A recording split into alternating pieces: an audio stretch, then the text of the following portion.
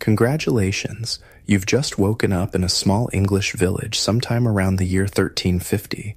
The frosty air bites at your nose and cheeks as you peel your eyes open in the darkness.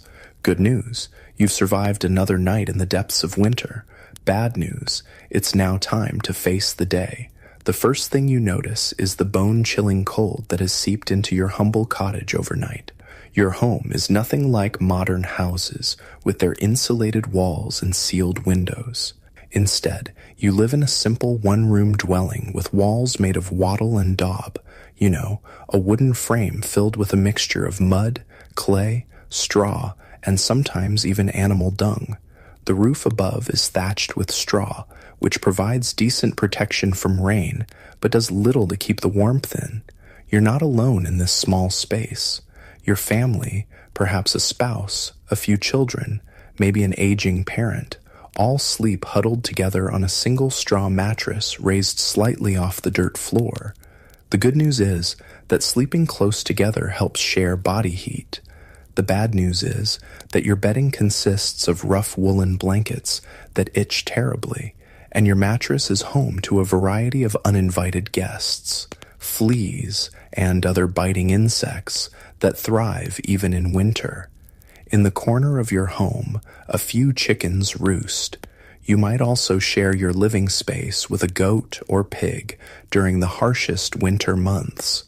The animals' body heat is a welcome addition, and keeping them alive through winter is essential for your family's future. Of course, there's a downside to this arrangement. The smell and mess of livestock living indoors isn't pleasant, but it's a small price to pay for the warmth they provide. Rise and shine, you mumble to your children, though there's precious little sunshine to be seen. Outside, the world is still dark, but you can't afford to waste any daylight hours once the sun does decide to make its brief winter appearance. The most pressing morning task is rekindling the fire. If you're lucky, a few embers remained hot overnight in the central hearth. You carefully add some dry straw and gently blow until the tiny orange glow spreads. Gradually, you add small twigs and eventually larger pieces of wood. The firewood is precious. Gathering it took many hours during autumn, and it must last until spring. The smoke from your fire doesn't exit through a proper chimney. Those are luxuries for the wealthy. Instead, it fills the upper portion of your cottage before eventually finding its way out through a hole in the roof.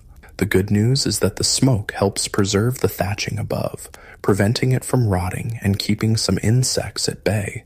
The bad news is that your eyes sting and your lungs burn from constantly breathing this smoky air as the dim winter light finally begins to filter through the single small window of your home, which has no glass but might be covered with an oiled cloth or animal skin to keep out the worst of the drafts.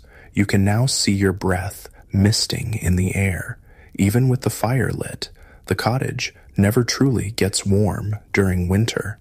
At best, the area directly around the hearth becomes tolerable. Your first real task of the day is preparing breakfast. The meal would seem painfully simple to modern standards. A thin porridge made from whatever grain you have stored, perhaps barley or rye. If you're fortunate, you might add a tiny bit of honey or dried fruit. More likely, it's just boiled grain with a sprinkle of salt, if you can afford such a luxury. After ladling the hot porridge into wooden bowls for your family, you take a moment to appreciate even this simple food. Winter is the hungry season, and food stores dwindle alarmingly as the weeks pass. The good news is that you planned carefully after harvest, setting aside enough grain to hopefully last through these lean months. The bad news is that many winters bring unexpected challenges. A leaky storage bin that allowed moisture in, causing precious grain to rot, or perhaps rodents finding their way into your stores. Eat up, you tell your children. We've got work to do. Even in winter, there are endless chores for a medieval peasant. While the growing season has long passed, Animals still need tending, repairs must be made, and preparations for spring can begin even in the coldest months. As you step outside, the cold intensifies. Your clothing provides some protection, but nothing like modern winter gear. You wear several layers, a linen undergarment next to your skin, then one or more woolen tunics or dresses. Your outer layer might be a cloak made of heavy wool, perhaps lined with fur if you're among the more prosperous peasants. On your feet are simple leather shoes, maybe stuffed with straw for insulation, and wrapped with rags for extra warmth. A woolen cap covers your head, and you might have mittens made from scrap fabric or leather. The good news is that wool retains some of its insulating properties even when wet. The bad news is that your clothes are perpetually damp in winter, between sweat, snow, and the general moisture in the air. Drying them completely is nearly impossible without risking scorching them by the fire. Your village looks different in winter. The muddy pathways between cottages might be frozen solid or covered in snow. Smoke rises from the homes of your neighbors, fellow peasants who face the same daily struggle for survival. In the distance stands the manor house where the lord who owns these lands lives in relative comfort. Beyond that, you can see the village church, its stone walls standing firm against the winter winds. Your first outdoor task is checking on the livestock. Most medieval peasants owned at least a few animals, perhaps chickens for eggs, a goat or cow for milk, maybe a pig or two, and possibly an ox for heavy farm work. In summer, these animals might graze in common fields, but in winter, they need fodder that you carefully stored during the autumn harvest. The good news is that caring for animals gives purpose to your winter days. The bad news is that fodder, like all stores, is finite. Each day requires careful calculation, feeding the animals enough to keep them alive without depleting your stores before spring, grass, appears. After tending to the animals, you might spend hours repairing tools that will be needed when planting season arrives. A broken plow, a damaged harrow, a splintered yoke, all must be fixed using whatever materials you've managed to salvage or trade for. This detailed work is perfect for winter days when field work is impossible. The good news about winter is that it provides time for these necessary repairs and crafts. The bad news is that your fingers grow stiff and clumsy in the cold, making precise work frustrating and sometimes dangerous as tools slip in numb hands. By midday, your stomach is already growling again. The winter diet of a medieval peasant was monotonous and often barely adequate. The midday meal might be more porridge, perhaps, with the luxury of a few vegetables from your winter stores, dried peas or beans soaked and cooked into a thick pottage, or hearty root vegetables like turnips and parsnips that keep well in cold storage. Meat is a rarity, saved for special occasions. You might have slaughtered a pig at the beginning of winter, carefully preserving the meat by smoking or salting it. This precious protein is rationed throughout the season, with most days being meatless. Fish could be an option if you live near water and can break through the ice to try your luck, or if you've managed to preserve some fish from more abundant times. The good news about medieval winter food is that the cold weather helps preserve your stores longer than would be possible in warmer months. The bad news is the lack of fresh fruits and vegetables, which leads to nutritional deficiencies. By late winter, many peasants suffer from various ailments related to poor diet, including scurvy from lack of vitamin C. As afternoon wears on, you gather with family and perhaps neighbors for some of the day's most essential work, collecting firewood. While you stockpiled wood during autumn, winter always demands more than expected. You trek to the edge of the woods that belong to your lord, careful to gather only fallen branches and dead wood, as cutting living trees was strictly forbidden and could result in severe punishment. The good news about this communal wood gathering is the companionship it offers during the isolating winter months. The bad news is the physical toll of trudging through snow, breaking ice, and carrying heavy loads of wood back to the village with cold, stiffened limbs.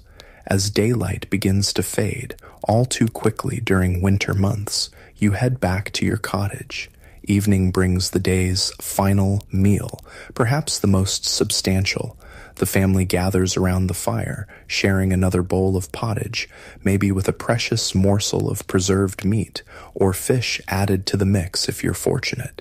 Evenings in a medieval winter were long and dark. Candles and lamp oil were expensive luxuries that most peasants couldn't afford to use regularly. Instead, the fire provides both warmth and light.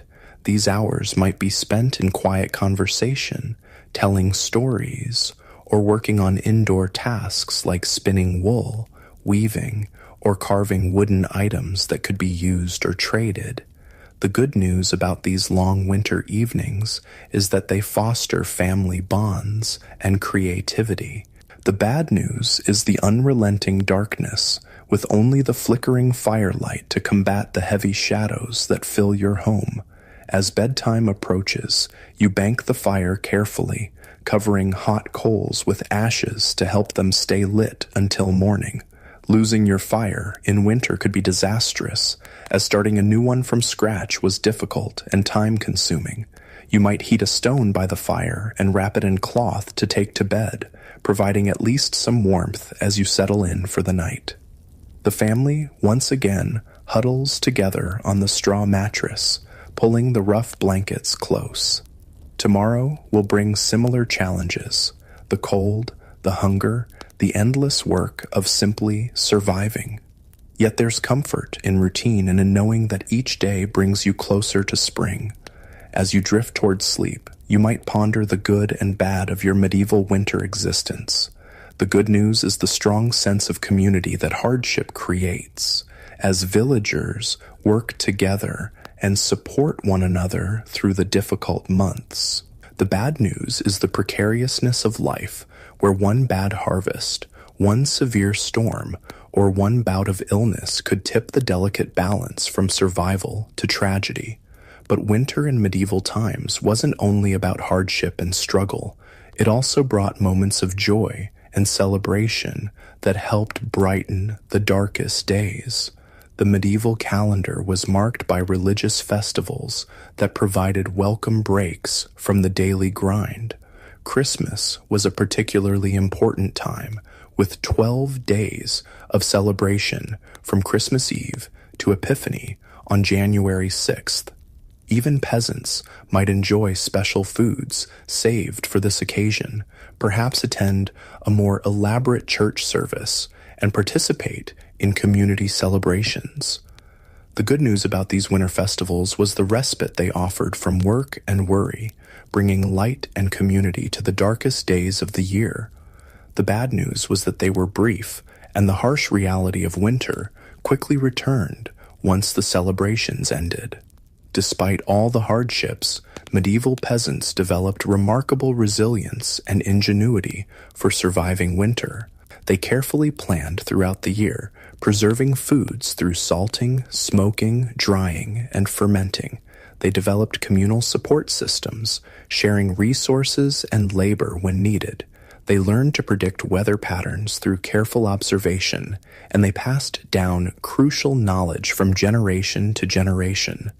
The good news was that this traditional knowledge generally served them well, helping communities survive century after century in challenging conditions. The bad news was that unusual weather patterns or unexpected events could still devastate even the most prepared communities. As the winter grew longer, village food stores would dwindle dangerously. By February and March, many peasant families faced their most difficult time, stretching increasingly meager supplies while waiting anxiously for the first spring growth. This period even had a name, the Hunger Gap, when winter stores ran low but spring had not yet provided new food sources. The good news was that communities developed specific strategies for these lean times, including carefully preserved emergency supplies and knowledge of which wild plants might be foraged earliest.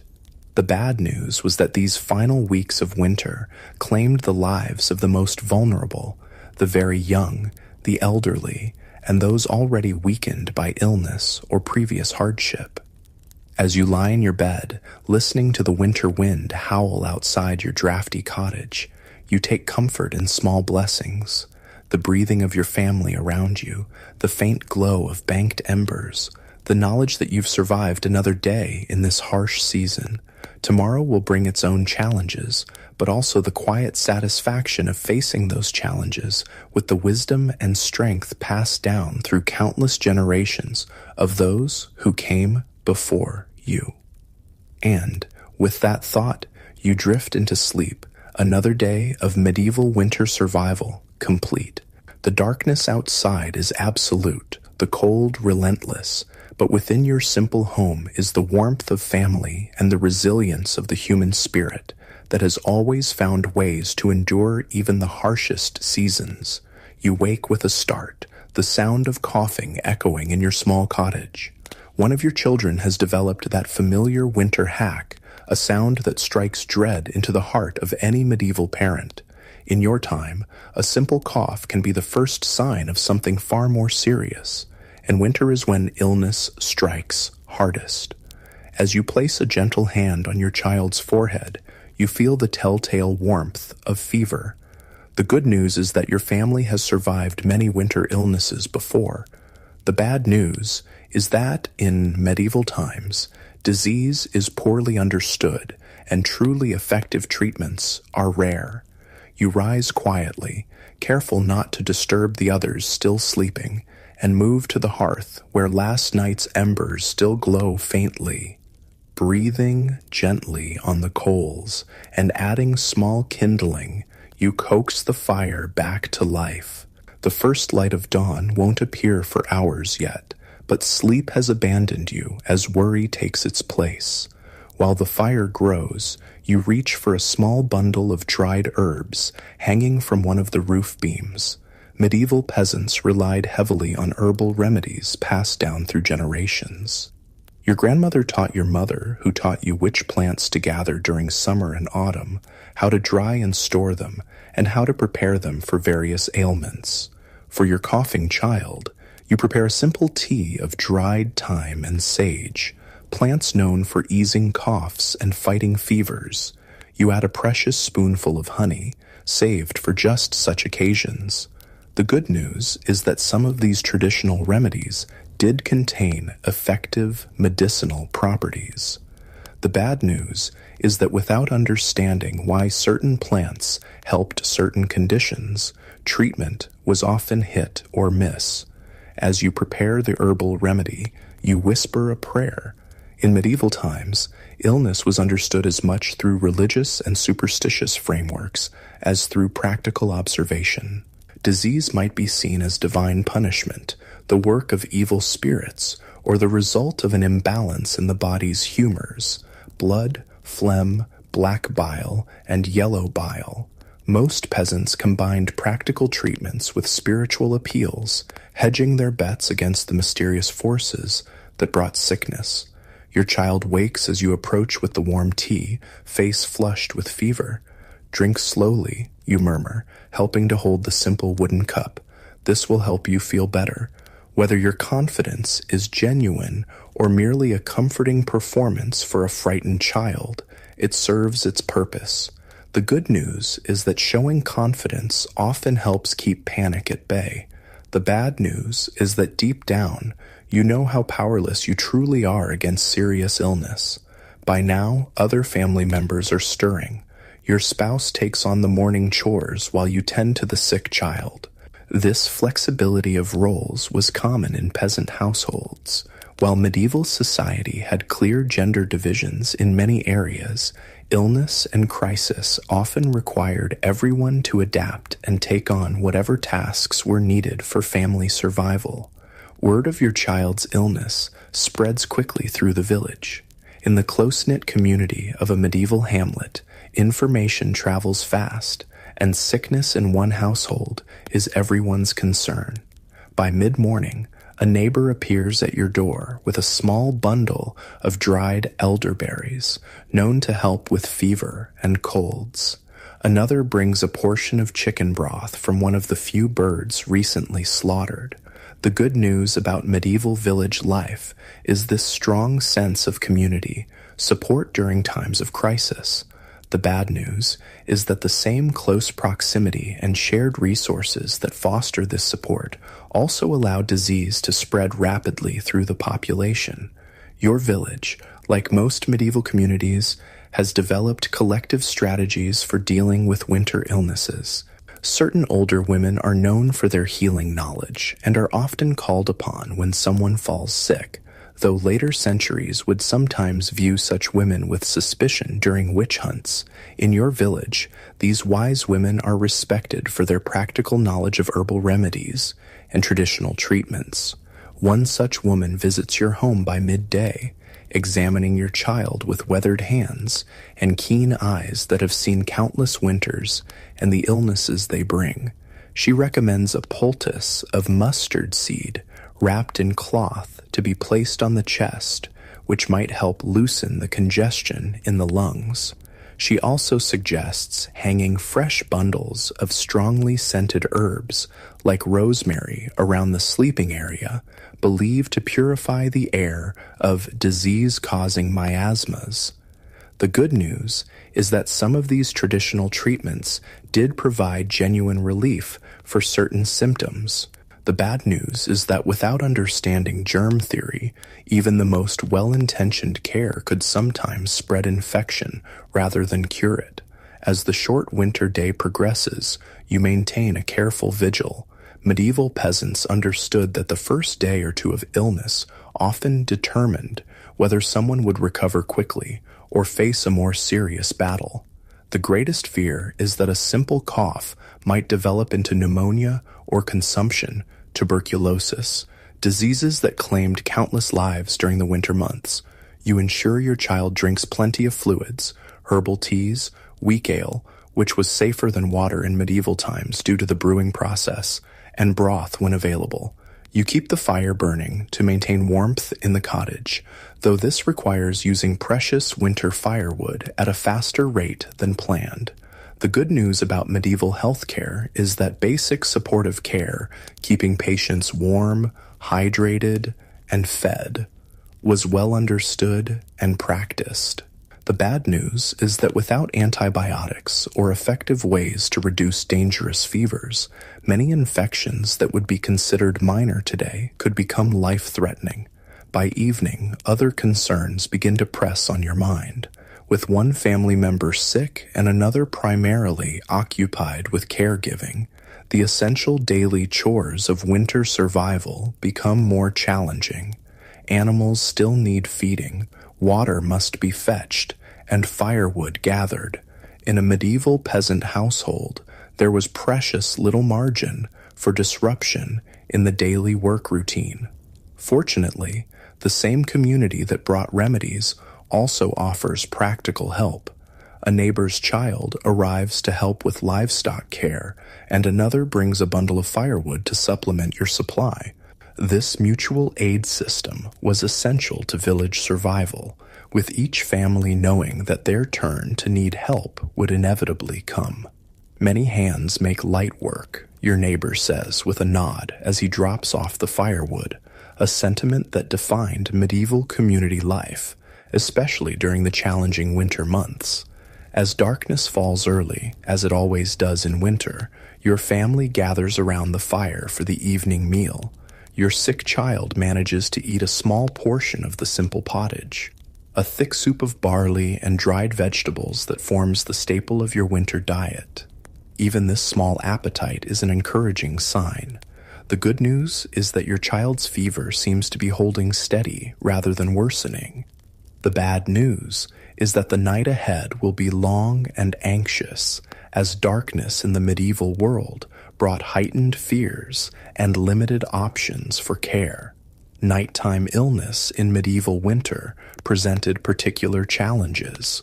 Without adequate lighting, candles and lamp oil were expensive luxuries. Caring for the sick during night hours meant working largely by touch and sound in the dim glow of the banked fire. Temperature changes were harder to monitor, and deteriorating symptoms might not be noticed until morning. You prepare for the night by placing a small cup of herbal tea near the fire where it will stay warm, gathering extra blankets, and arranging sleeping positions so that you can easily reach your sick child. The family settles in earlier than usual, conserving energy for what might be a difficult night.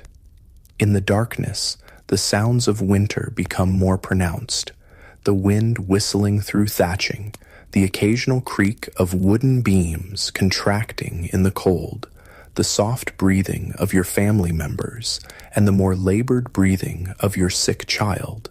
Medieval peasants were intimately attuned to these sounds, reading in them the subtle changes that might signal improvement or decline in a patient's condition. Through the night, you wake frequently to check on your child, offering sips of tea and adjusting coverings as needed.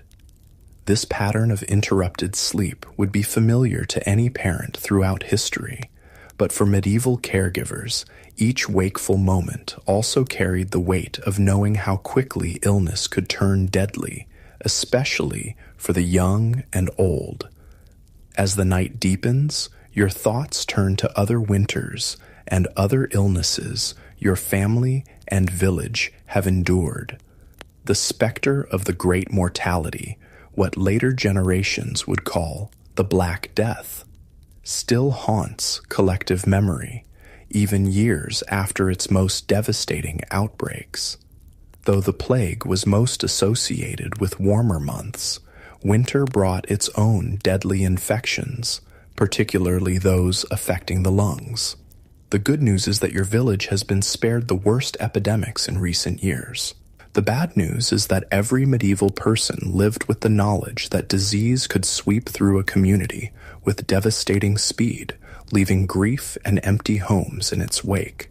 By morning, your vigilance is rewarded with small signs of improvement. Your child's fever has broken sometime in the night, and though the cough remains, it seems less severe. The immediate crisis appears to be passing, though recovery will take time and continued care. Word of the improvement spreads through the village as quickly as news of the illness did.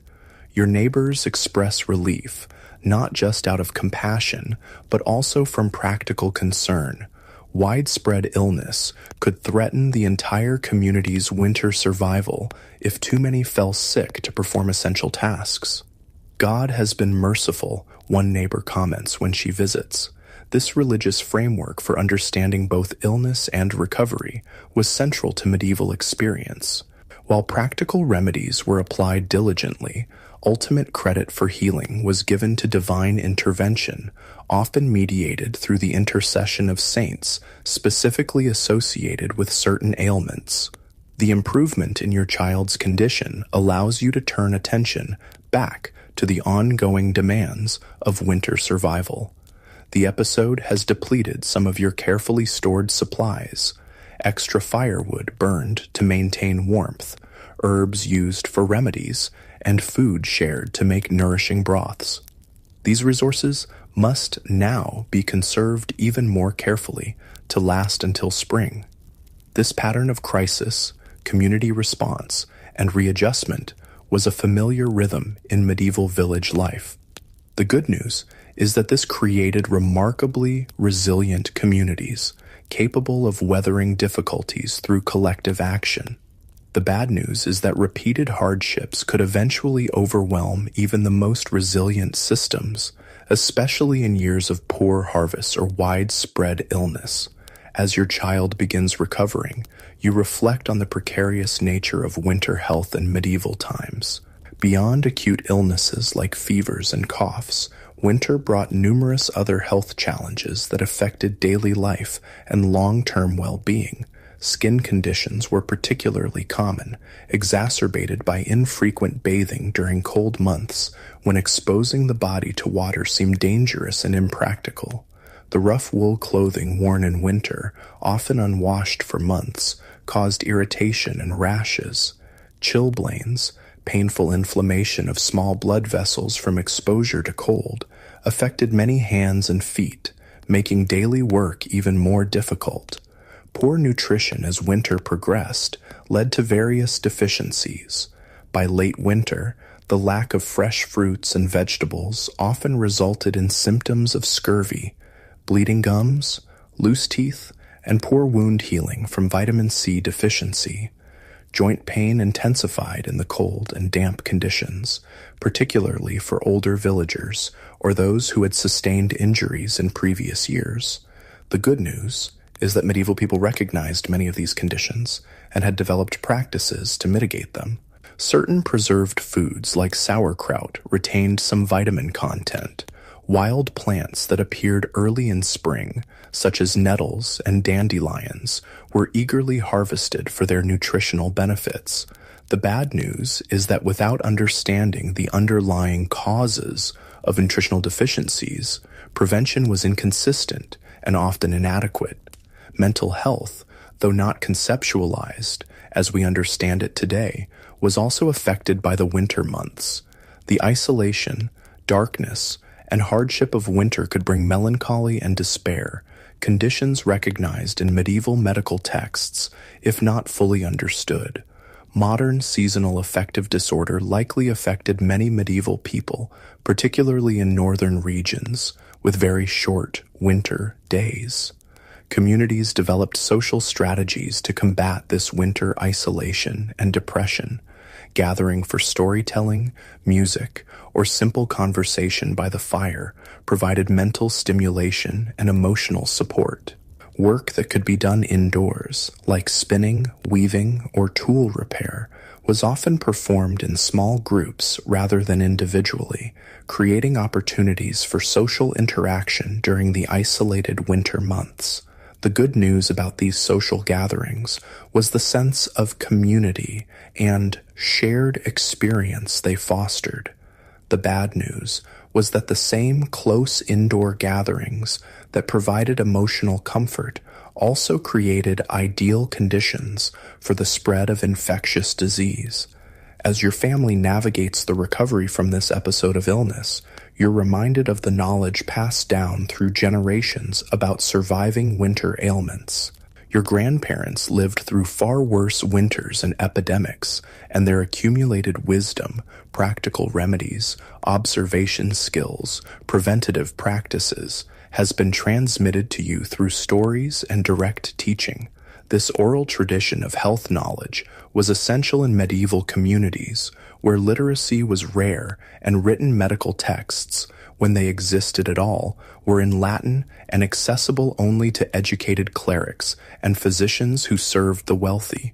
Peasant medicine relied on observation, experience, and carefully preserved traditional knowledge. Watch the chest when they breathe, your mother had taught you. When the skin pulls in between the ribs with each breath, that's when you need to worry most. Such practical diagnostic skills helped families make crucial decisions about when to intensify care, when to seek additional help, and when to prepare for the possibility of death. For despite all care and community support, death was a frequent winter visitor in medieval villages. Infant mortality was particularly high, with children under 5 being especially vulnerable to respiratory infections. The elderly, already weakened by a lifetime of physical labor and previous illnesses, often succumbed during particularly harsh winter periods. The good news, if it can be called that, was that medieval communities had developed meaningful rituals and belief systems to make sense of death and help the living cope with loss. The bad news was the frequency with which these rituals needed to be performed, especially during difficult winters. When death did come to a village household, the community responded with practical and spiritual support. Neighbors would help prepare the body. A fire would be maintained in the home during the brief period before burial, and the church bells would toll to announce the passing and call for prayers for the departed soul. Winter burials presented their own challenges, with frozen ground sometimes making grave digging nearly impossible, requiring bodies to be stored until the earth thawed enough for proper interment.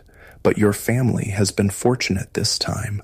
The illness that struck has begun to recede, leaving exhaustion but not tragedy in its wake. As your child continues to recover, sleeping now more peacefully than during the height of the fever, you turn your attention back to the ongoing work of winter survival. Outside your cottage, the winter sun makes a brief appearance, sending weak rays through your small window opening. Even this minimal light lifts your spirits after the anxious night. Medieval people were keenly attuned to these small gifts of light and warmth during the dark months, seeing in them both practical benefit and symbolic reassurance that spring would eventually return. You step outside briefly to empty a basin of water used for compresses during the night. The cold air, fresh after the smoky interior of your cottage, fills your lungs. In the village center, you see others going about their necessary tasks, carrying water, tending livestock, repairing tools and equipment. Life continues its measured winter pace, each day bringing the community one step closer to spring. A neighbor waves in greeting, calling out to ask after your child. You respond with cautious optimism, and she nods in understanding. This exchange, brief as it is, reinforces the shared experience of winter survival, the knowledge that each household faces similar challenges, and that none faces them entirely alone. The good news is that this sense of shared struggle creates bonds that help sustain both individuals and the community through the darkest season. The bad news is that even these bonds can be tested by prolonged hardship, as scarcity sometimes forces difficult choices about the distribution of limited resources. Back inside your cottage, you find your recovering child awake and asking for food, a welcome sign. You prepare a small portion of the previous night's pottage, reheated by the fire. While simple, this food represents the careful planning and preservation that makes winter survival possible. Each stored grain, dried vegetable, and preserved meat is the result of labor performed months earlier, with winter's challenges clearly in mind. As your child eats, you begin catching up on tasks neglected during the height of the illness. There is wool to be carded and spun, a crucial indoor winter activity that provides both necessary material for clothing and potential income through trade or sale. There are repairs to be made to a leak in the roof that became apparent during recent snowmelt. There are plans to adjust now that some supplies have been used more quickly than anticipated due to the illness. Medieval peasant life required this constant adaptation and problem-solving, particularly during winter when margins for error were slim. The good news is that this necessity bred remarkable resourcefulness and practical ingenuity. The bad news is the constant mental burden of navigating survival with such limited resources and technological options. Your spouse returns from morning chores with news from elsewhere in the village. Another household has someone showing signs of illness similar to what your child experienced. This information is both concerning and practically useful, suggesting a pattern rather than an isolated incident. Medieval communities tracked the spread of illness carefully, using this information to make decisions about care, approaches, and community gatherings. Best to postpone the woolworking gathering planned for tomorrow, your spouse suggests, and you agree. While such social work events were important for both productivity and morale during winter, the risk of spreading sickness outweighed the benefits when illness was moving through the village. As the day continues, you maintain a watchful eye on your recovering child while returning to the rhythm of necessary work. The illness has been a reminder of winter's dangers, but also of the systems of knowledge, practice, and community support that make survival possible even in harsh conditions. By evening, your child is notably improved, able to sit up and take more substantial food. The cough remains, but is less frequent and severe. While full recovery will take time, the most dangerous period appears to have passed. You offer silent thanks to God, to the plants that provided medicine, to the neighbors who offered support, and to the knowledge passed down from ancestors that guided your care. As darkness falls once more, your family settles by the fire. Tomorrow will bring its own challenges, but tonight there is the quiet satisfaction of having weathered another of winter's threats. Your child dozes, breathing more easily than the night before. Outside, the stars emerge in the clear, cold sky, their light reaching your world after unimaginable journeys across time and space, not unlike the journey of knowledge that has passed through countless generations to help your family survive this medieval winter night. The next few days bring a welcome respite from immediate crisis as your child steadily recovers. Yet winter is far from over, and perhaps the greatest challenge now looms before your household and the entire village: the growing scarcity of food. It's that dreaded time known as the hunger moon, what modern historians call the hunger gap of late winter, when preserved foods dwindle, but spring's fresh growth has yet to appear. You rise before dawn, as always, and move straight to the storage area of your cottage. With careful hands, you assess what remains of your winter food stores. The wooden barrels of grain, mostly rye and barley, perhaps some oats, are growing alarmingly light. The dried vegetables hanging from rafters, onions, garlic, and a few precious turnips and parsnips have diminished significantly. Your carefully preserved meats, if you were fortunate enough to have any, are likely reduced to small portions saved for emergencies or special occasions. The good news is that your family planned carefully after harvest, preserving and storing as much as possible. The bad news is that even the most careful planning cannot fully account for winter's unpredictable length and severity, or for unexpected crises like illness that might deplete resources faster than anticipated. We need to be even more careful now, you tell your family, as you prepare the morning meal. The porridge is thinner today, with smaller portions for everyone except the recovering child, who still needs strength to fight off the lingering effects of illness. Nobody complains about the meager breakfast. This seasonal hunger is a familiar companion in medieval winter. Medieval peasants developed sophisticated strategies for managing this late winter food scarcity. By February and March, you would typically move to a careful rationing system, often reducing to 2 meals per day instead of 3. Foods were stretched with fillers. Straw might be ground and added to flour for bread, for instance, providing bulk if not nutrition.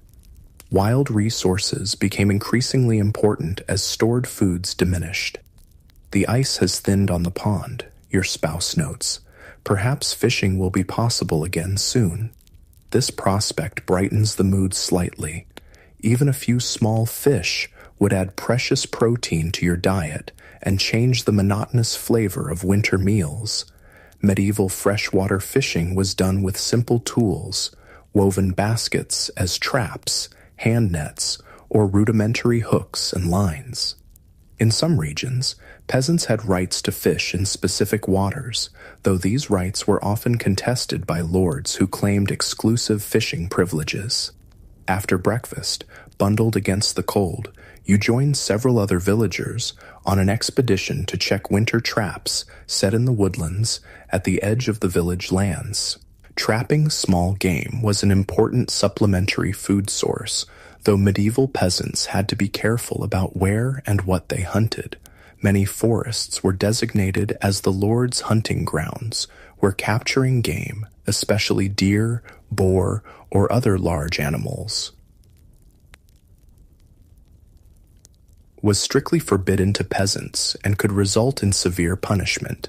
Still, most lords turned a blind eye to peasants trapping rabbits, squirrels, and other small animals during the desperate late winter months, recognizing that this food source helped ensure the survival of the workforce needed for spring planting. Some enlightened lords even explicitly granted these rights as part of the complicated social contract of feudalism. The good news about the trapping expedition is that 2 snares have successfully caught rabbits, providing a welcome source of fresh meat for the village. The bad news is that these 2 animals must be divided among 5 families who participated in setting and checking the traps. Your share will make one small but precious meal. Returning to the village, the group passes through a stand of hazel trees, and someone notices the first catkins appearing, early signs that winter will eventually release its grip. Though weeks away from producing anything edible, these harbingers of spring lift spirits.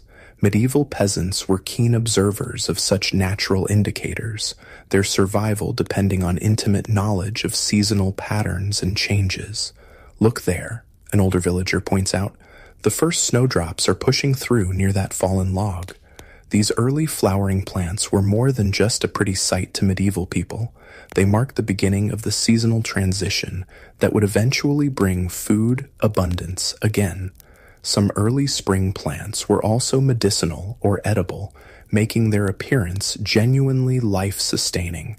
Back in the village, you encounter the manor's steward, the lord's representative, who oversees the peasants' obligations and manages the estate's resources. His appearance in the village during winter is unusual enough to cause concern. Typically, direct oversight relaxed during these months when field work was minimal. The lord requires additional firewood for the manor house, the steward announces to the gathered villagers. Each household must provide 1 additional bundle by week's end. This demand is met with carefully concealed dismay. Winter obligations to the lord were generally lighter than during growing and harvest seasons, but they could still be imposed, and refusing was not an option for most peasants. The good news is that the lord's demand is relatively modest, 1 bundle of firewood per household, rather than the more burdensome labor or food levies that might be demanded in other seasons. The bad news is that your own firewood supplies are already carefully measured to last until warmer weather, and this additional requirement will mean colder nights for your family. "We'll gather it tomorrow," you tell the steward with a respectful nod, keeping any hint of resentment from your voice. The complicated relationship between peasants and their lords was a defining feature of medieval life. While modern people might view the feudal system as simply oppressive, the reality was more nuanced, involving mutual obligations and unwritten understandings that helped both parties survive. Lords provided land, some protection, and certain rights to their peasants. In return, peasants owed labor, a portion of their produce, and various other services and fees.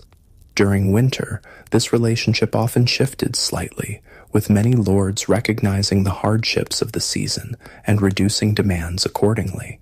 Some even provided emergency food from manor stores during particularly difficult late winters, recognizing that starving peasants couldn't work effectively when spring arrived. However, the quality of this relationship varied enormously depending on the particular lord, the regional customs, and the specific category of peasantry to which a family belonged. Free peasants had more rights and fewer obligations than serfs, who were legally bound to their lord's land and subject to more extensive demands. After the steward departs, the villagers gather briefly to organize tomorrow's wood-gathering expedition. "We'll go together," the village reeve, an elected peasant who helped manage community affairs, decides. More hands will make quicker work of it, and we can help the household still weakened by illness. This cooperative approach to meeting obligations was typical of medieval village life, where community survival often depended on collective action. As you return to your cottage, you notice dark clouds gathering on the horizon. Storm coming, you murmur to yourself, recognizing the signs from decades of weather observations. Medieval weather forecasting relied entirely on such traditional knowledge, cloud patterns, animal behaviors, wind shifts, and other natural indicators passed down through generations of rural experience. Inside your home, you find your children engaged in essential winter tasks. Medieval children began contributing to household work from a very young age, with responsibilities increasing as they grew. Even a child of 5 or 6 might be responsible for simple tasks like winding yarn, feeding small animals, or helping process preserved foods. By 8 or 10, children were significant contributors to family labor, though their work was generally adjusted to their size and strength. Your older child is carefully separating dried beans from their pods, a tedious but necessary task that provides both food for upcoming meals and seeds for spring planting. The younger one, still recovering from illness, sits wrapped in a blanket near the fire, working on a simple weaving project. The good news about medieval childhood was the early integration into meaningful work that provided clear purpose and valuable skills. The bad news was the lack of educational opportunities for most peasant children, whose knowledge would come almost exclusively from practical experience rather than formal learning. You join them by the fire, taking up your own winter work, perhaps mending clothing, crafting simple tools, or processing wool or flax for textile production. These indoor activities were the backbone of winter productivity for medieval peasants, allowing useful work to continue even when agricultural labor was impossible. As predicted, the storm arrives by evening, bringing howling winds and a fresh blanket of snow. Your family huddles closer to the fire, listening to the sounds of winter's fury outside. Such storms posed significant dangers in medieval times. Travel became nearly impossible, potentially isolating those caught away from home. Buildings could be damaged by heavy snow or high winds. Animals might be injured or killed if not properly sheltered. The good news is that medieval peasants built their lives around the expectation of such weather, rarely traveling far from home during winter and constructing shelters for humans and animals with local weather patterns in mind. The bad news is that truly exceptional storms could still overwhelm these preparations, leading to casualties among people and livestock. As the wind howls outside, your family turns to another critical aspect of winter survival: storytelling. In an age before books were common or accessible to ordinary people, oral tradition was the primary vehicle for both entertainment and education. Winter evenings provided the perfect opportunity for sharing stories, legends, and practical knowledge across generations. "Tell us about the Great Frost," your younger child requests, referring to a particularly severe winter from decades past that has become part of family lore. As you recount the story, perhaps one your own grandparents experienced and passed down, you're participating in the transmission of survival knowledge disguised as entertainment. The tales of how previous generations endured exceptional hardships contained valuable lessons about techniques, warning signs, and emergency measures that might one day prove life-saving. The good news about this oral tradition was its effectiveness in preserving and transmitting crucial information in memorable forms. The bad news was that written records, which might have allowed for more precise preservation and wider sharing of knowledge, remained inaccessible to most peasants, who were typically illiterate. As the evening progresses and the storm continues, your thoughts turn to those who might be in particular danger on such a night. Medieval communities were generally aware of their most vulnerable members, the elderly living alone, the infirm, families who had already depleted their firewood or food supplies. During severe weather, checking on these vulnerable neighbors was considered both a Christian duty and a community necessity. When the storm breaks tomorrow, we should check on old Martin, you say, referring to an elderly widower living at the edge of the village. Your spouse nods in agreement. This mutual aid system was crucial to winter survival, creating a safety net in times when institutional support systems, like modern social services, were non-existent. The storm continues through the night, the wind occasionally rising to an unnerving shriek as it finds its way through the thatching or around the ill-fitting wooden door. Medieval buildings were far from weatherproof by modern standards. Even the most carefully constructed peasant homes allowed drafts, leaks, and infiltration of outdoor temperatures. The good news was that these same characteristics provided ventilation that prevented the worst effects of smoke inhalation from indoor fires. The bad news was the constant battle against cold, damp, and occasional leaks during winter storms. Morning reveals a transformed landscape, with fresh snow smoothing the contours of the village and surrounding fields. The storm has passed, leaving behind both beauty and new challenges. Your first task is digging out from the snowfall, clearing a path to reach animals that need tending, and ensuring that roof drainage isn't blocked in ways that might lead to damaging ice dams or leaks. This snow removal was no small task in medieval times, accomplished with wooden shovels and immense physical effort. Working together, village families would clear essential pathways and help those unable to manage their own snow removal.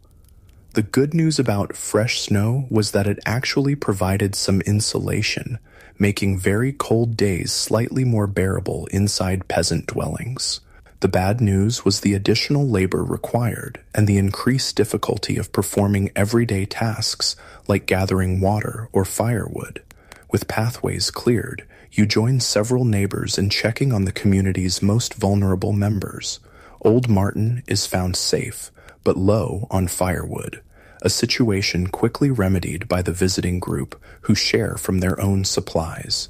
Another household has developed a leak where snow melt has found a weakness in the thatching, and villagers work together to make a temporary repair that will prevent further water damage. This pattern of mutual aid defined medieval community life, particularly during winter emergencies. The good news was the remarkable resilience it created, allowing communities to withstand hardships that would overwhelm isolated households. The bad news was that in cases of widespread disaster, a regional famine or epidemic, for instance, even these communal systems could be overwhelmed when everyone faced the same desperate circumstances simultaneously.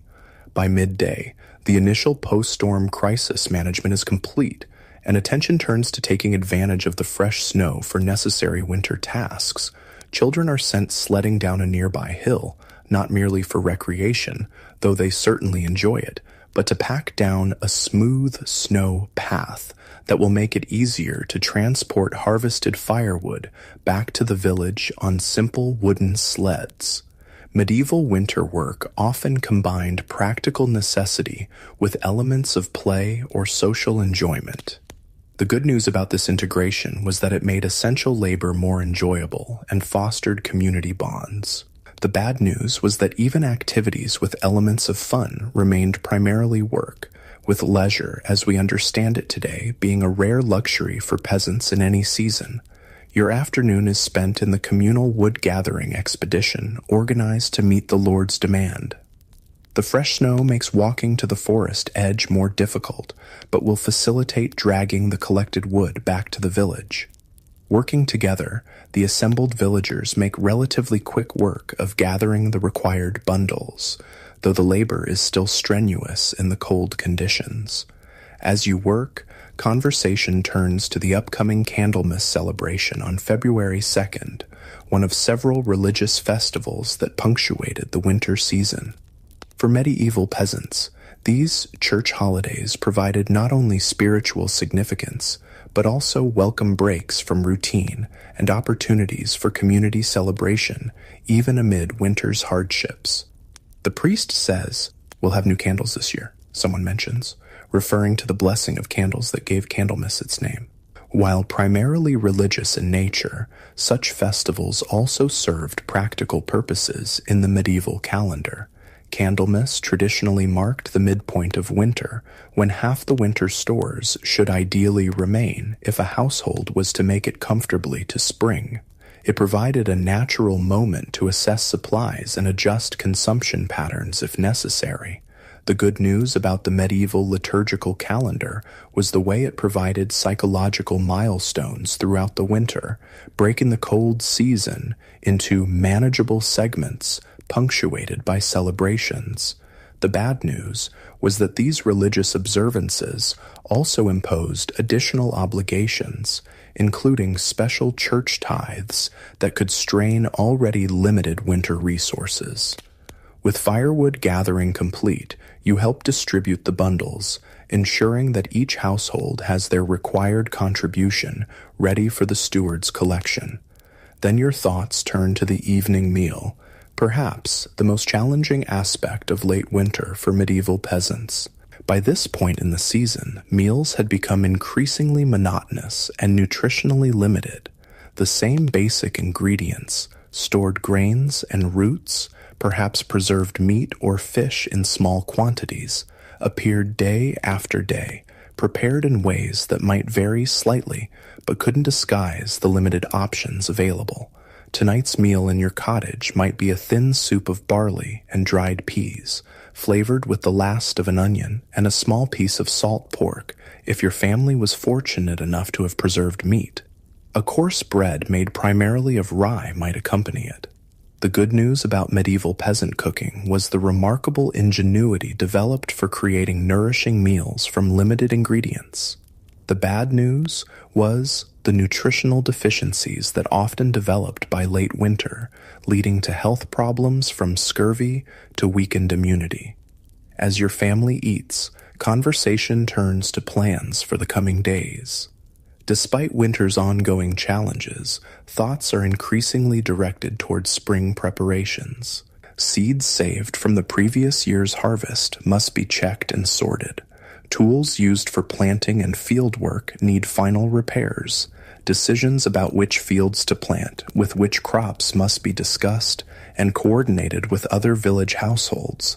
This forward-looking planning was essential to medieval agricultural success.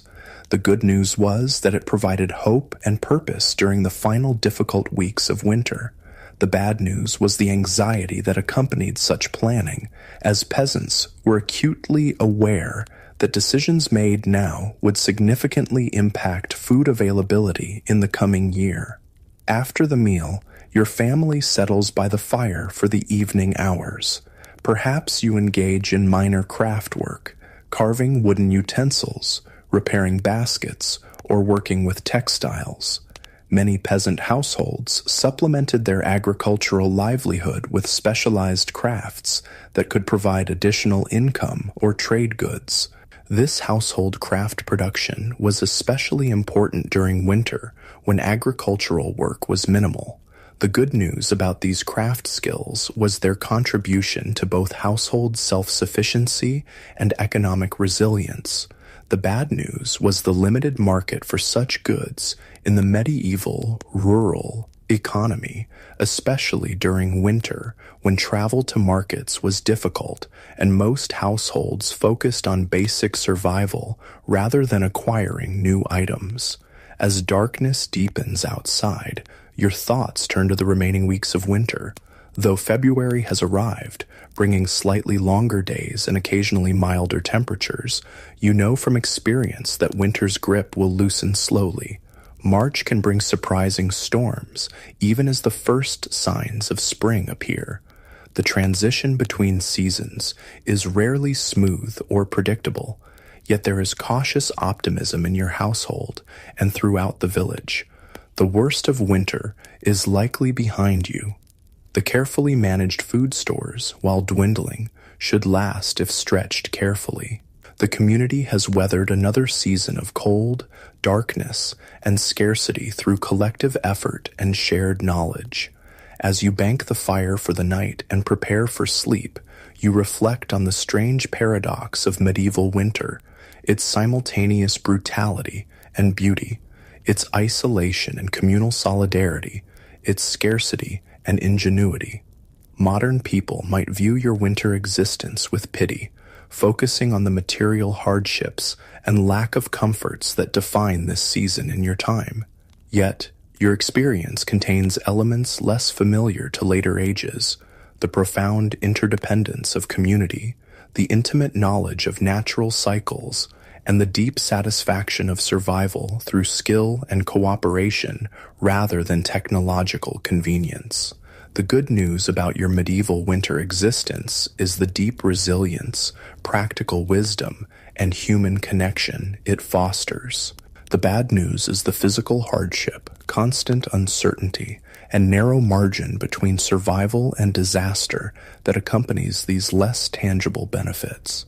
As your family settles onto the shared sleeping space, huddled together for warmth beneath layers of wool and perhaps animal skins, you listen to the night sounds of your medieval world, the occasional crackle from the banked fire, the distant howl of a wolf from the forest edge, the soft breathing of your children as they drift into sleep. These form the soundtrack of a winter night that connects you to countless generations who have weathered similar seasons before you, and to those who will face their own winters in centuries yet to come. Several days pass, each one bringing its own challenges and small victories in your ongoing battle against winter's hardships. The rhythm of these late winter days has a certain familiarity: wake in darkness, coax the fire to life, perform essential chores, find indoor work during the worst weather, and carefully measure dwindling supplies against the remaining weeks until spring. Today, however, breaks this routine. It's Candlemas, the feast day that marks the presentation of Jesus at the temple and the purification of the Virgin Mary. For your medieval community, it's also an important seasonal milestone, traditionally considered the midpoint of winter and a time for both religious observance and practical assessment of winter survival. You rise earlier than usual, as your family must prepare for church attendance. Even in the depths of winter, religious obligations remained central to medieval life. The village church, with its stone walls and perhaps a few modest stained glass windows, was typically the most substantial building in a peasant community, a physical representation of the central role faith played in daily existence. Time to get ready, you call to your children, who stir reluctantly from the warm sleeping area. Preparing for church involves the best cleaning and grooming possible under winter circumstances. While regular bathing was difficult in cold weather, faces and hands would be washed with melted snow water, hair would be combed, and the cleanest available clothing would be worn. For special feast days, like Candlemas, peasant families made particular effort to appear neat and respectful, despite the practical limitations. The good news about medieval feast days was the sense of dignity and significance they brought to otherwise difficult lives. The bad news was the additional effort required to meet social and religious expectations when resources were already stretched thin. Your family bundles in its warmest clothing for the walk to church. The path has been traveled enough recently that the snow is packed down, making walking easier than it might otherwise be. As you approach the stone building, you see other villagers converging from their homes, all making the same journey. Inside the church, the temperature's only marginally warmer than outside. Medieval churches, with their stone construction and high ceilings, were notorious for their coldness. The good news was that this same construction made them among the most durable buildings in the community, capable of withstanding centuries of harsh weather. The bad news was the physical discomfort of attending services during winter, when the stones seemed to radiate cold and the height of the ceiling allowed what little heat might be generated by assembled bodies to rise well above the congregation. Despite the cold, there's a sense of anticipation for today's service. Candlemas involved the blessing of all candles to be used in the church throughout the coming year, as well as some candles that parishioners might bring for blessing for home use. For medieval people, candles represented a significant expense, as they were made from valuable beeswax or tallow, animal fat. Most peasant households used them sparingly, relying primarily on the hearth fire for light. Having a blessed candle in the home to be lit only in times of special need or significance was considered both spiritually and practically important. The priest, perhaps the only formally educated person in your community, conducts the service in Latin, a language few, if any, of the peasant congregation understand. The good news about medieval religious services was their familiarity. Even without comprehending the words, congregants recognized the rhythms and patterns of worship through years of participation. The bad news was the distance this created between common people and direct engagement with religious texts, leaving interpretation entirely in the hands of church authorities. Following the main service comes the blessing of the candles, the most anticipated moment of Candlemas. The priest sprinkles holy water on the assembled candles while reciting prayers for protection and blessing. For medieval people, these blessed objects carried genuine power, protective, healing, and spiritually significant. The good news about this belief system was the comfort and sense of agency it provided in a world full of dangers beyond human control. The bad news was that these spiritual protections sometimes substituted for more practical precautions or solutions. After the church service comes another important aspect of medieval feast days, the communal gathering. Even in winter's scarcity, special occasions like Candlemas warranted small celebratory meals shared among the community. These might be held in the churchyard if weather permitted, or in the largest available building in the village. "I've brought barley cakes," announces one villager, revealing a cloth-wrapped package of small, dense cakes made with precious honey saved for this occasion. Another has contributed dried apple slices preserved from the fall harvest. Your family's contribution might be a special bread, perhaps shaped into a cross or other religious symbol appropriate for the day. The good news about these feast day gatherings was the shared enjoyment and strengthening of community bonds during the most difficult season.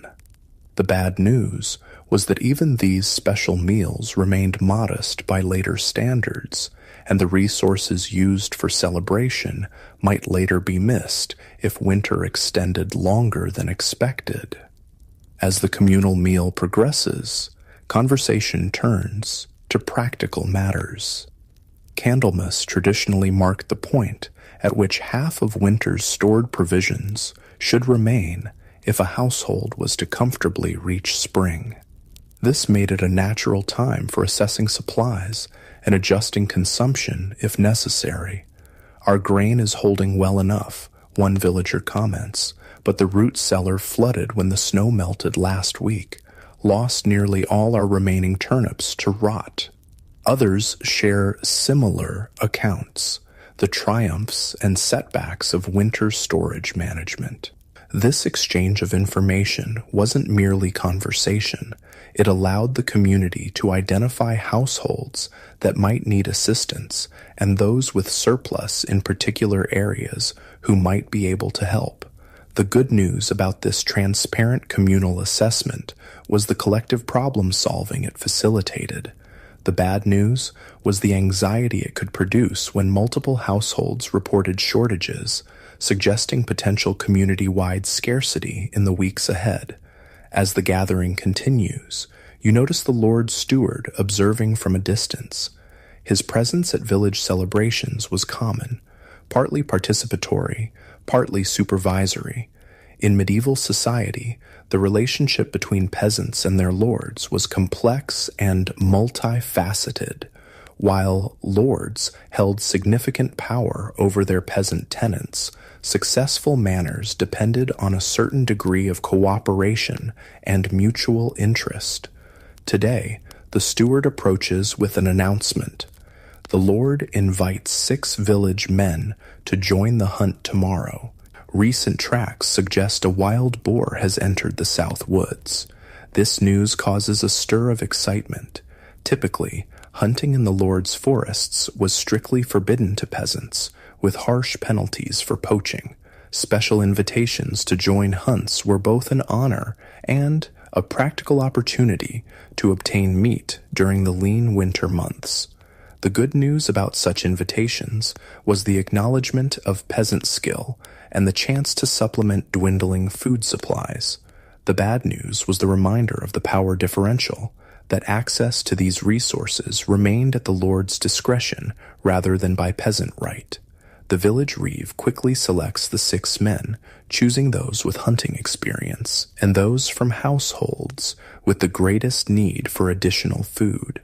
Your spouse is among those selected, bringing both pride and anxiety. Wild boar hunting was notoriously dangerous, even with proper weapons and hunting dogs. The potential reward of meat had to be balanced against the risk of injury far from medical care. As the Candlemas gathering disperses, your family returns home with slightly higher spirits despite the ongoing challenges. The religious observance, community connection, and prospect of fresh meat combine to create a rare sense of optimism in late winter. But practical concerns quickly return as you assess your own household supplies by the light of the newly blessed candle you've brought home. We need to be even more careful with the grain, you tell your children as you examine the remaining supply. Just a little longer until the first spring greens appear. This careful measurement and adjustment was a constant feature of medieval winter life, requiring both practical skill and psychological discipline. The good news was the developed ability to make precise calculations about consumption rates and remaining supplies. The bad news was the constant background stress of potential shortage, especially in these final weeks of winter. The next day dawns clear and cold, good hunting weather. Your spouse prepares to join the Lord's hunting party, dressed in the warmest available clothing and carrying a sturdy spear loaned by a neighbor with better tools. The village men selected for this honor gather near the manor house, where they'll receive instructions and be integrated into the hunting party alongside the Lord's trained huntsmen.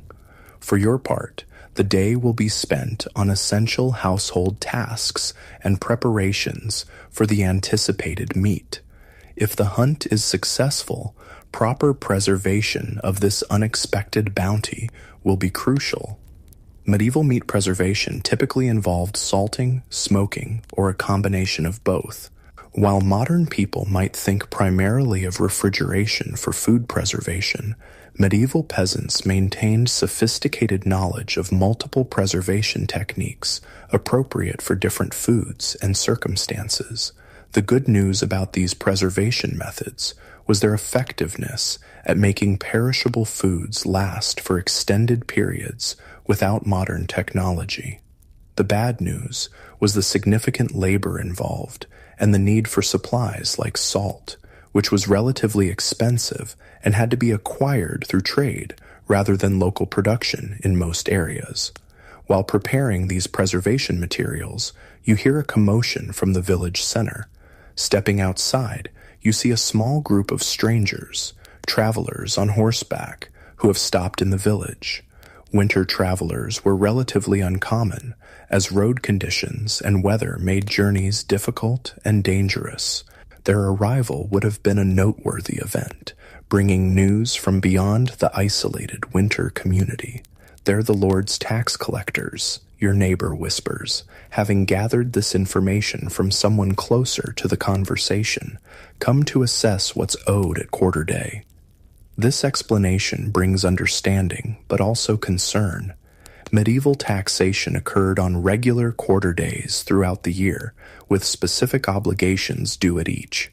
The upcoming quarter day at Lady Day, March 25th, would require payment of rents and certain fees to the Lord. The good news about the medieval taxation system was its predictability. Peasants generally knew what would be expected and when. The bad news was the inflexibility of these demands, which came regardless of whether winter hardship had left households with the means to pay. You return to your tasks, but the presence of the tax collectors adds another layer of worry to your thoughts. Your household, like most in the village, has set aside the required payment, perhaps coins if you operated within the cash economy, or specific goods or produce if payment was made in kind. But having these resources allocated to taxes meant they couldn't be used for family needs during these final difficult weeks of winter. By afternoon, word spreads that the hunting party has been successful. The wild boar has been killed, though not without injury, to one of the Lord's hounds. According to medieval hunting tradition, the kill would be systematically divided with specific parts going to different participants according to strict customs. The Lord would claim the most prized portions, his huntsmen others, and the peasants invited to participate would receive lesser but still valuable cuts.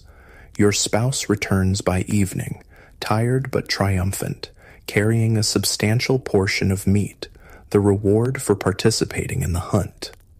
The good news about this windfall is obvious. Protein and fat that will significantly improve your family's nutrition during these lean weeks. The bad news is the need to process and preserve this meat immediately, adding essential but demanding labor to your already full workload.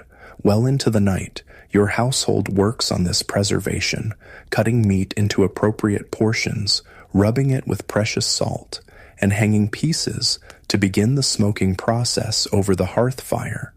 The children help according to their abilities, even the youngest, understanding the importance of properly handling this valuable resource. This should last us several weeks if we're careful, your spouse notes, surveying the results of your labor. The relief in this statement is palpable.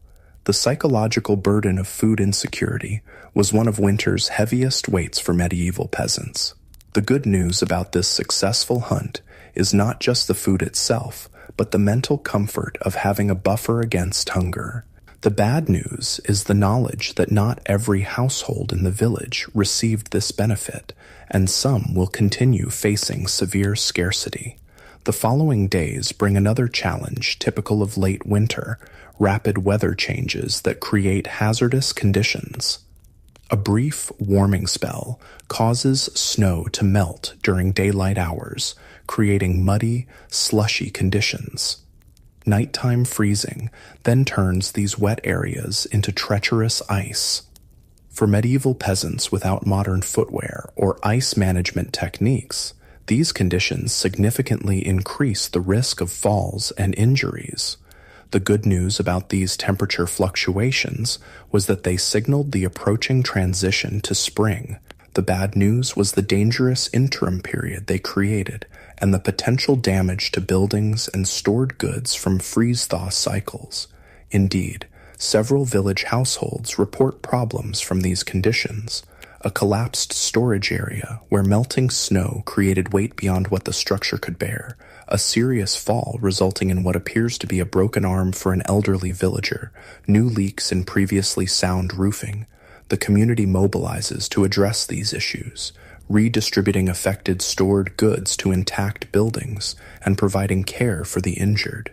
Medieval medical care for injuries like broken bones was rudimentary, but not entirely ineffective. Local practitioners with experience in setting bones would manipulate the limb back into proper alignment and create a splint from available materials like straight branches and cloth bandages. The good news about these treatments was that many fractures did heal adequately with this care.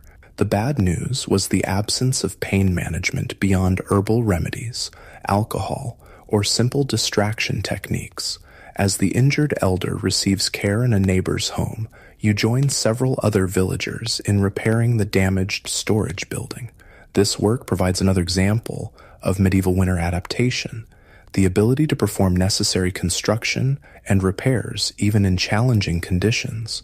Modern building typically halts during winter in cold climates, but medieval peasants couldn't afford such work stoppages when structural integrity was compromised. The good news about medieval construction techniques was their relative simplicity and the use of locally available materials that could be gathered even in winter. The bad news was the physical discomfort of performing this work in cold conditions and the compromises sometimes necessary when ideal materials weren't available in winter. As February progresses, subtle but meaningful signs of the coming seasonal change become more noticeable. Days gradually lengthen, providing more hours of natural light for work and reducing the oppressive darkness that characterized deep winter. Certain birds return or become more active, their calls creating a welcome contrast to winter's relative silence. Occasional days bring hints of warmth that allow brief relief from the constant tension of cold. Medieval peasants were intimately attuned to these indicators, their survival depending on accurate reading of seasonal patterns. The good news about the approaching transition was the psychological boost it provided, offering tangible evidence that winter would indeed end as it always had.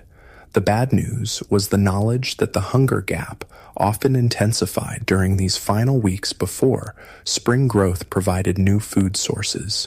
Indeed, food management becomes increasingly critical in your household and throughout the village. Meals grow even simpler and portions smaller as preserved supplies dwindle. Your family benefits from the meat obtained through the hunt, but even this valuable resource must be carefully rationed to last. For many households, these final weeks of winter might introduce foods not normally considered desirable: inner tree bark processed to extract limited nutrition, deeply buried roots of certain plants that might be excavated even from frozen ground, animals typically considered unfit for consumption like hedgehogs or squirrels. Medieval peasants maintained knowledge of these emergency food sources as part of their survival strategy. The good news about this traditional knowledge was its effectiveness at preventing complete starvation during the winter's end when conventional foods ran out. The bad news was the limited nutritional value and often unpleasant taste of these emergency foods, along with the effort required to process them into edible form. Even as physical resources dwindle, community bonds intensify during these challenging final weeks of winter. Households with any surplus share with those in greater need, not from abstract charity, but from the practical understanding that community survival depends on maintaining the strength of all its members. Today's giver might be tomorrow's recipient, a reality well understood in the precarious balance of medieval life. One evening, as your family sits by the fire engaged in necessary indoor work, perhaps repairing fishing nets in anticipation of ice melt on nearby waters, you hear the church bell ring at an unexpected hour. This immediately captures attention, as medieval bells served as the primary community communication system, with different ringing patterns indicating specific messages or events. "Fire!" someone shouts outside, interpreting the urgent pattern of rings. Your family quickly abandons their tasks and joins the rush toward the identified location, a cottage at the village edge where flames are now visible through the thatched roof. Fire represented one of the most feared disasters in medieval communities, with the potential to spread rapidly among closely built structures of highly flammable materials. The good news about medieval community response to fire was its immediacy and organization. Villagers quickly formed bucket chains from water sources to the blaze, brought tools for creating fire breaks by demolishing adjacent structures if necessary, and worked to save inhabitants and salvageable possessions. The bad news was the limited effectiveness of these measures against well-established fires, and the particular difficulty of fighting fires in winter when water sources might be frozen. In this case, the community's rapid response contains the blaze to a single building. The family who lived there escapes with minor burns and smoke inhalation, though they lose nearly all their possessions. Without hesitation, neighboring households offer shelter, clothing, and shared food. This immediate absorption of the affected family into other homes was a standard feature of medieval crisis response. The good news about this system was the absence of homelessness even after disasters. Community members simply made room for those affected. However crowded, this might make their own living situations. The bad news was the increased strain on already limited resources, and the knowledge that multiple such incidents could overwhelm even the most generous community support network. As February gives way to early March, your daily routines increasingly incorporate preparation for spring activities. Seeds saved from previous harvests are checked for viability and counted to ensure sufficient quantities for planned planting. Tools needed for fieldwork are given final repairs and sharpening. Discussions about crop rotation and field allocation become more frequent among village members, as medieval agriculture operated on a carefully planned communal system in many regions. The good news about this anticipatory work was the sense of purpose and forward momentum it created during winter's final difficult weeks.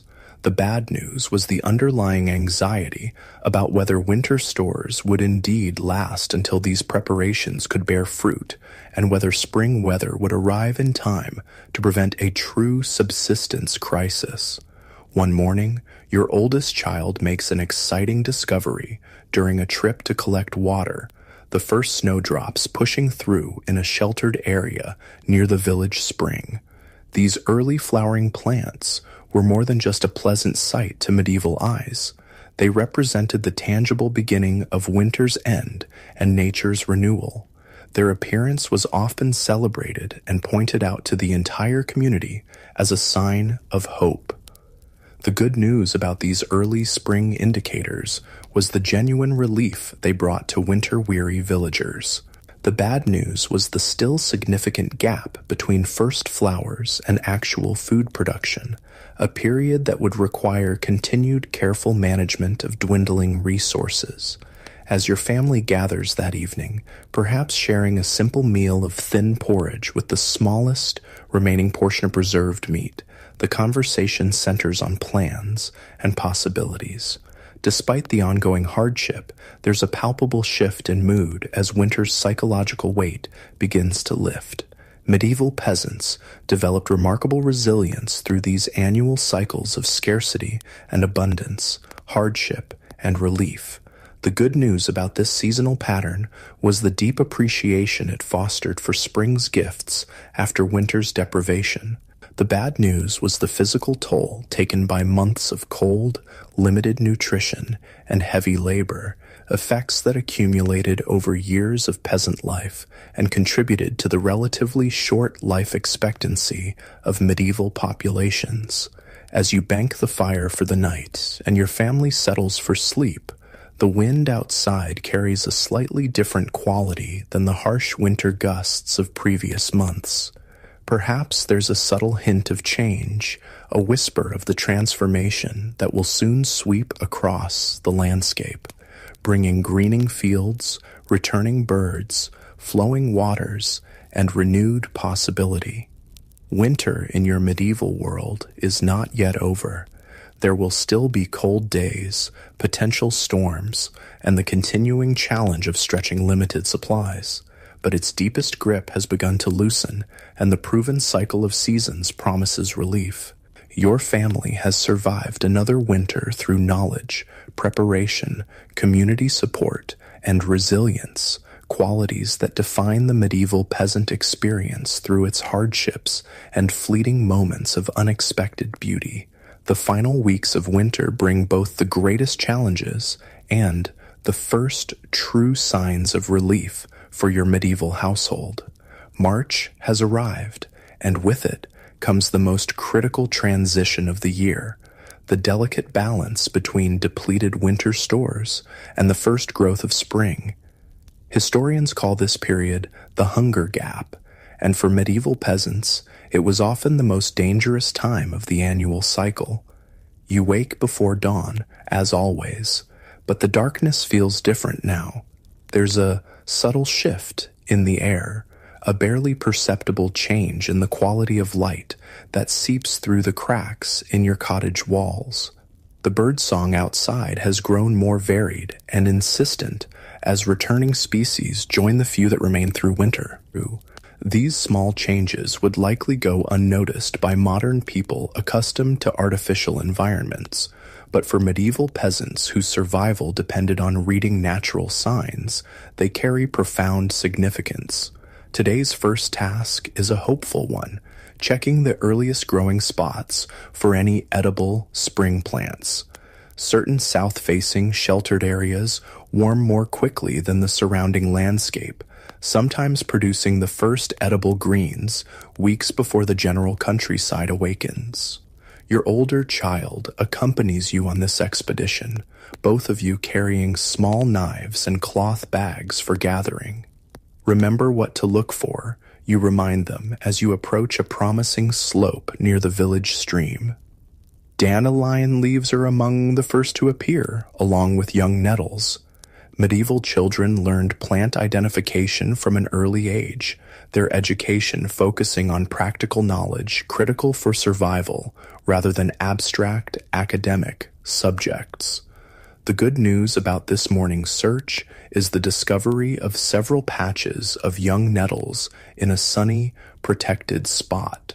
Despite their stinging nature, nettles were highly valued by medieval people as one of the earliest available spring greens, rich in nutrients depleted during winter months.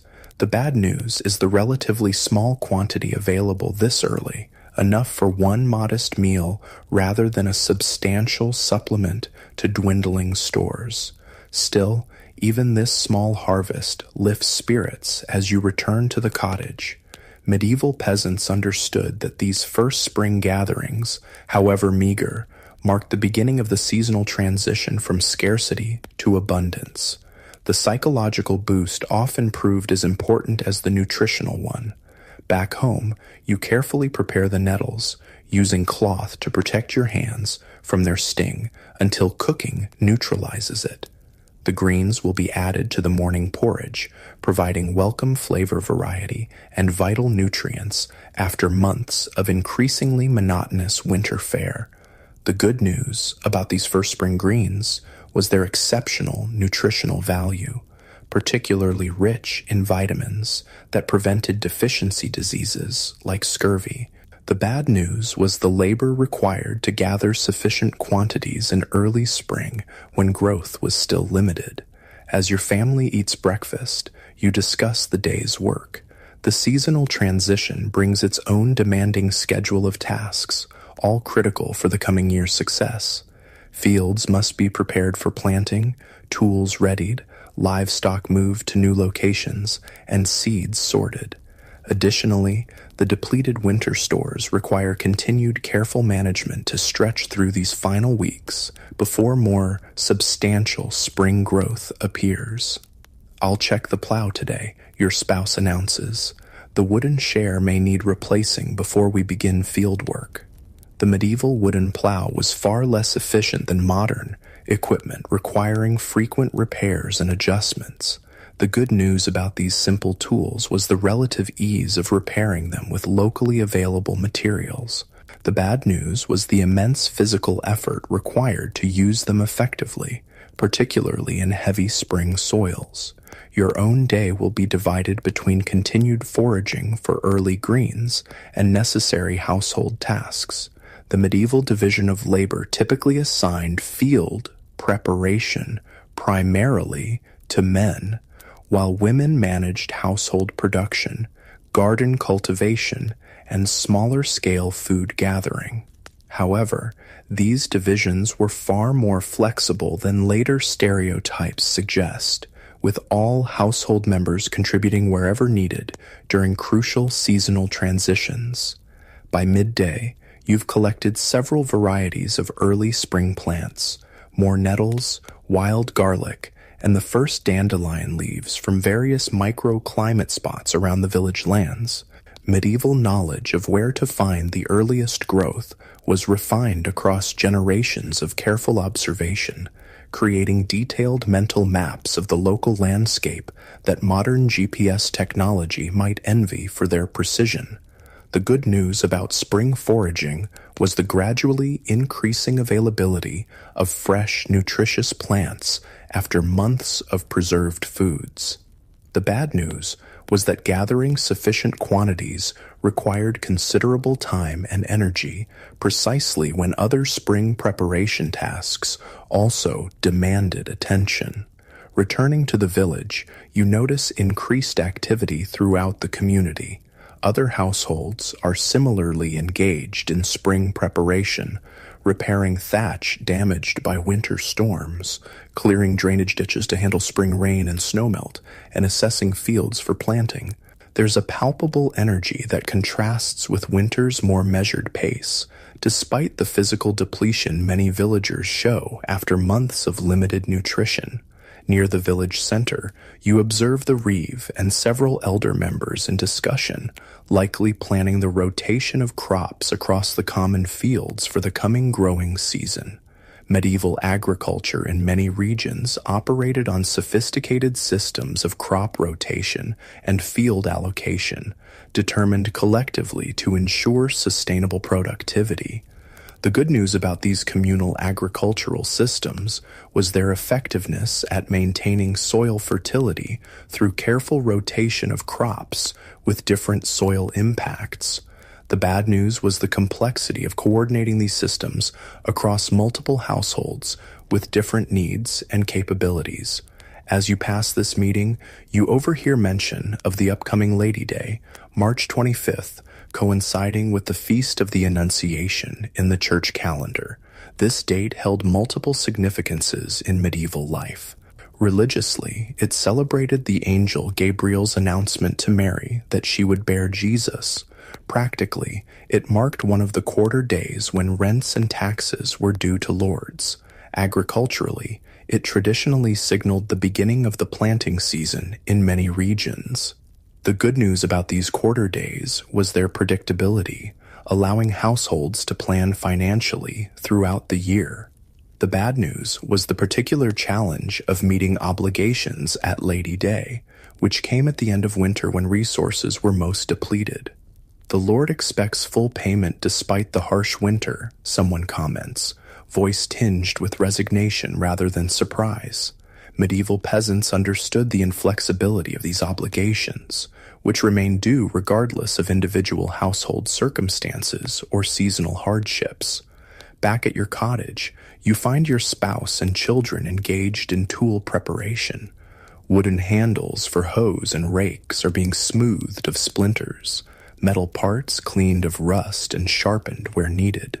Even the youngest child participates according to ability, perhaps helping to sort different types of seeds or carrying smaller tools between workers. The good news about this family-based production system was its effectiveness at teaching necessary skills from the earliest ages. The bad news was the economic necessity of child labor, which left little opportunity for education beyond practical knowledge. The afternoon brings another critical spring transition task: assessing and preparing any livestock that survived the winter. Medieval peasants might own a few chickens, perhaps a goat or cow, and if fortunate, an ox or horse for heavy field work. After months of reduced fodder and confined conditions, these animals required careful attention before returning to more active work or breeding cycles. The good news about livestock care in early spring was the gradually increasing availability of natural grazing as plants began growing again, reducing the need for stored fodder. The bad news was the weakened condition of many animals after winter, making them vulnerable to disease and less productive during the crucial early growing season. As daylight begins to fade, noticeably later now than during deep winter, your household gathers for the evening meal. Tonight's food represents the classic late winter, early spring pattern, a thin porridge of remaining stored grain enhanced with the day's foraged greens, and perhaps the smallest portion of preserved meat or fat saved for these difficult final weeks. The good news about such meals was the increasing variety provided by early spring plants. The bad news was the continued caloric deficit that left many peasants physically depleted just when spring labor demanded peak energy. After eating, the family settles by the fire, but the evening activities differ from midwinter patterns. Instead of the storytelling and small handcrafts that occupied the long dark evenings of January and February, tonight's focus is producing items required for the imminent planting season, sewing seed bags from scrap cloth, fashioning simple tools for creating planting rows, or repairing baskets for transporting seeds to the fields.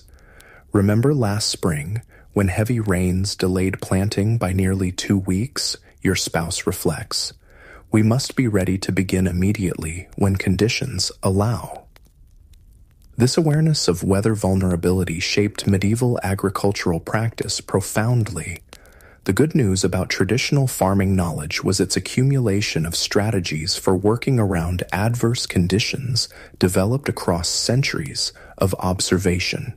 The bad news was the continued vulnerability to weather patterns that could still defeat even the most careful planning. As the family works, conversation turns to signs observed throughout the day that help predict the coming season's characteristics, bird behavior, cloud patterns, the timing of certain plants' emergence. Medieval weather forecasting relied entirely on such natural indicators, refined through generations of observation and record-keeping, primarily oral rather than written. The good news about this traditional knowledge was its surprising accuracy within local regions, where indicators had been calibrated across centuries. The bad news was its limitation when facing unprecedented weather patterns or rapid changes. The hawthorn is budding early this year, someone notes. That suggests a mild spring ahead. Whether such predictions proved accurate or not, they provided psychological comfort and a framework for planning during the uncertain transition between seasons. The following morning brings exciting news. The first calf of spring has been born in the village. For a medieval community, livestock births represented crucial renewal of important resources. A new calf meant future milk production, potential field labor as it matured, and continuation of the delicate balance between human needs and available animals. The good news about spring livestock births was the immediate boost to household resources, particularly milk from nursing animals, which provided vital nutrition during the hunger gap. The bad news was the additional care required for newborn animals at an already labor-intensive time. The birth prompts a small celebration within the affected household, and neighbors visit throughout the day to offer congratulations and assess the new animal's health and characteristics. This communal interest reflects both the social nature of medieval village life and the practical reality that each household's success contributed to overall community resilience.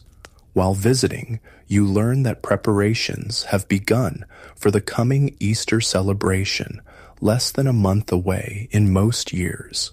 For medieval Christians, Easter represented the most significant religious festival of the year, with both profound spiritual meaning and practical implications for daily life. The preceding Lenten period involved fasting restrictions that paradoxically aligned with the natural scarcity of late winter, while Easter itself celebrated renewal in both religious and natural contexts. The good news about these spring religious celebrations was their alignment with natural seasonal patterns, creating meaningful frameworks for understanding and marking the transition from scarcity to abundance.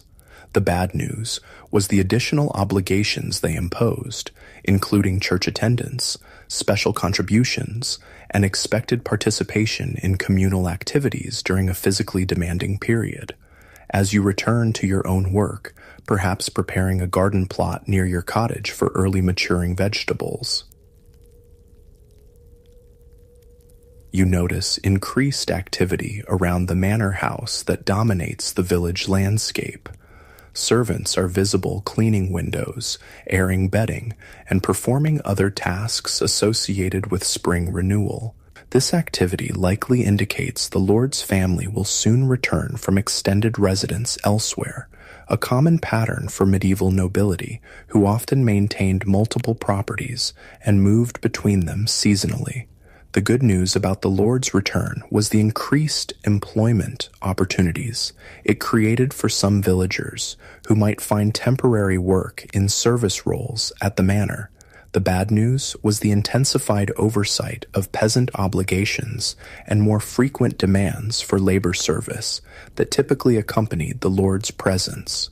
Indeed, by afternoon, a messenger from the manor arrives in the village with instructions for required labor services in the coming week. Under feudal arrangements, peasants typically owed not only rents in money or kind, but also direct labor on the Lord's lands for specified periods. The timing of these labor obligations could significantly impact a household's ability to manage its own agricultural needs during the critical spring planting period. The good news about these labor services was their predictability within the feudal system, allowing households to plan around known obligations. The bad news was their prioritization of the Lord's needs over peasant concerns, sometimes forcing less optimal timing for work on family fields. As these announcements circulate through the village, your attention remains focused on the immediate needs of your household during this transitional period. Today brings another foraging expedition, this time to a different area known for early emerging plants. The warming temperatures have accelerated growth, and you discover substantially more available greens than just days earlier. The good news about this increasing abundance was the vital nutritional boost it provided after months of limited diet. The bad news was the continued inadequacy of foraged foods alone to meet full caloric needs during the demanding spring work period. Returning home with your gathered plants, you find a visitor waiting, a traveling peddler who visits the village several times yearly, bringing goods not produced locally and news from beyond your immediate region. In the relatively isolated world of medieval rural life, such travelers provided crucial connections to broader networks of trade and information.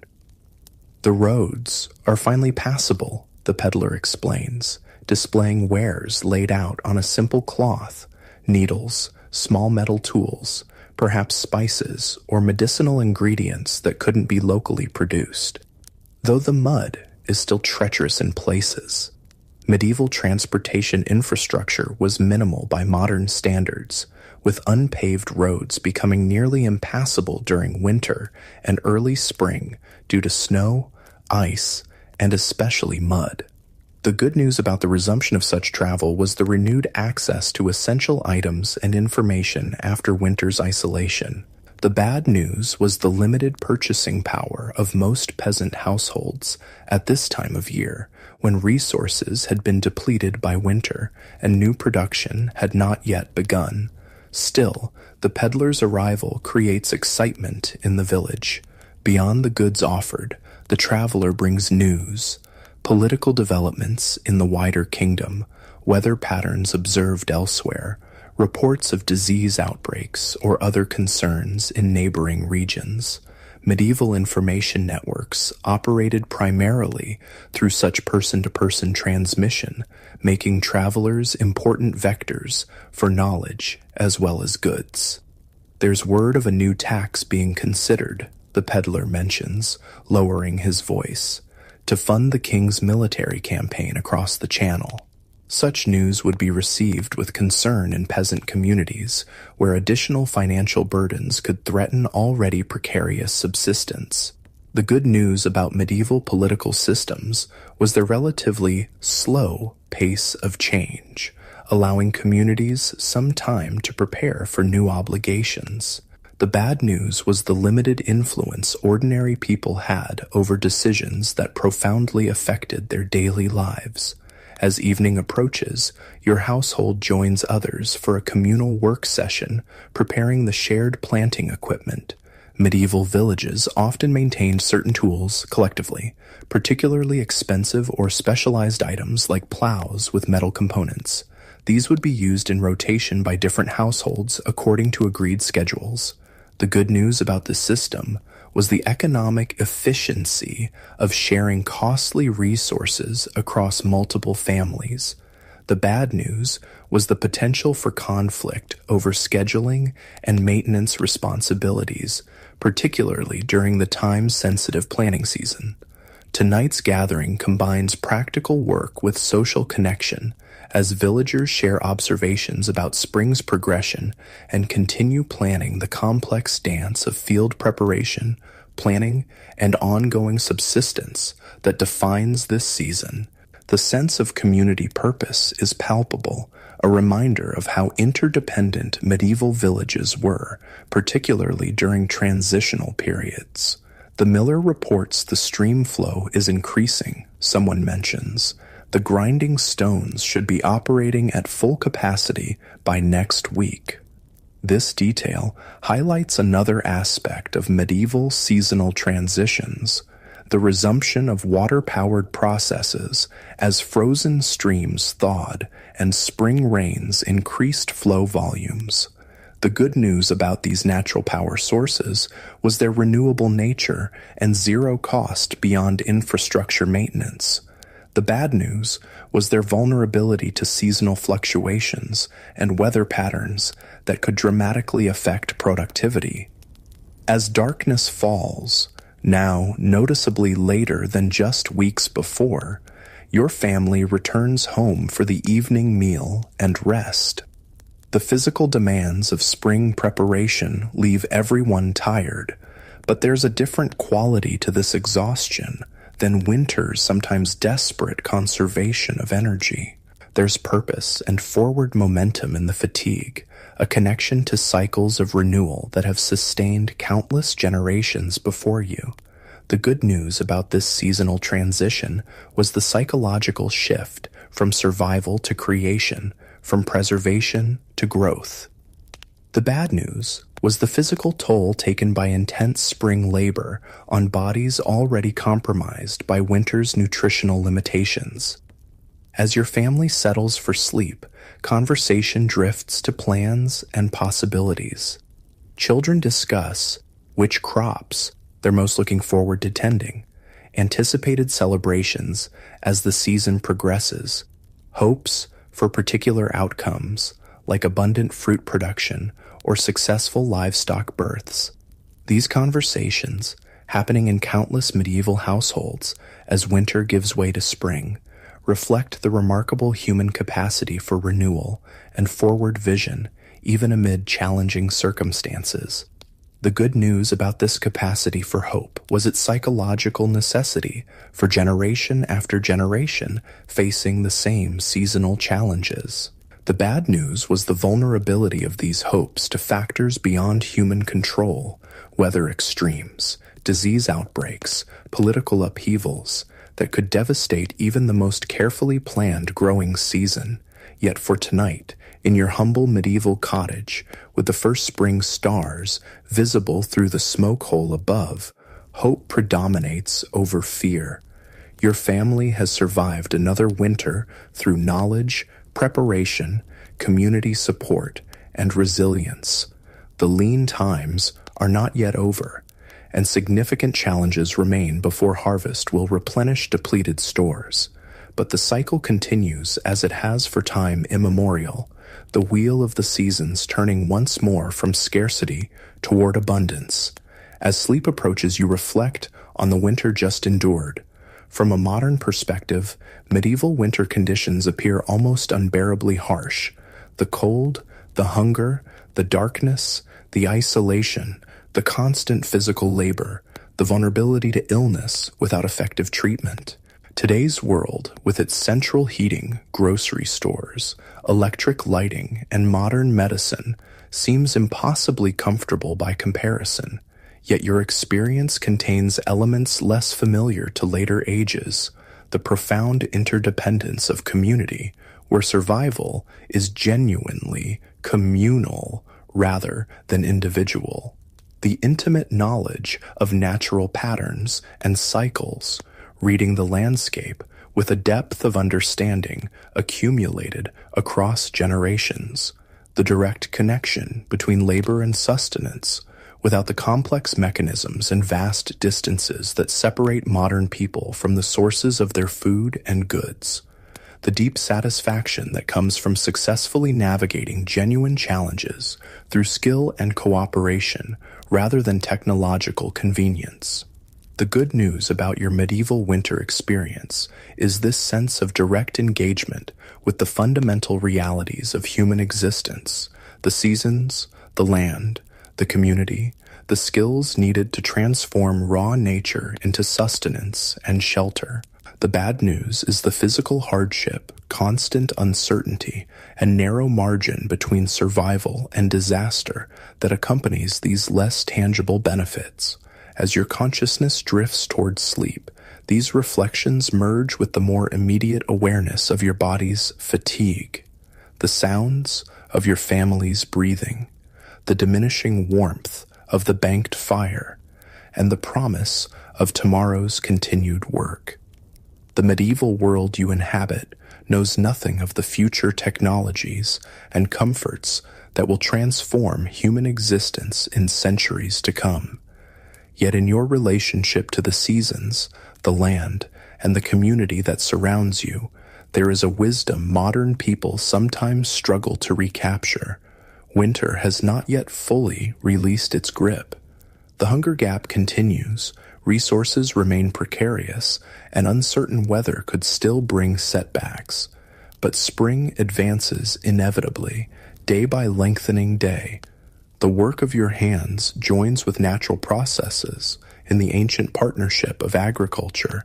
The knowledge passed down through countless generations guides your actions toward likely success, and the community that has weathered the cold months together now turns collectively toward renewal. This cycle, from abundance to scarcity and back to abundance, shaped human consciousness for millennia before modern conveniences flattened these natural rhythms for many people. The medieval experience of winter and its transition to spring represents one of humanity's most fundamental stories, repeated countless times across geography and history with endless variations but recognizable patterns. Today, as modern people increasingly seek reconnection with natural cycles, seasonal eating, and more sustainable relationships with energy and resources, there are lessons to be found in the medieval approach to winter, not in romanticizing genuine hardship or unnecessary suffering, but in recognizing the depth of knowledge, community interdependence, and direct engagement with natural systems that allowed people to survive and even find meaning within challenging conditions. As you finally surrender to sleep in your medieval cottage, with spring's earliest stirrings visible in the world outside, and winter's lessons freshly inscribed in memory, you participate in this ancient human story. Your experiences of cold, hunger, darkness, community, knowledge, and resilience connect you to countless others who have navigated these same seasonal transitions throughout human history, including perhaps those who might someday read about lives like yours and wonder at both the hardships endured and the wisdom developed in response. The wheel turns, winter yields to spring, scarcity gives way to new growth, and the human story continues.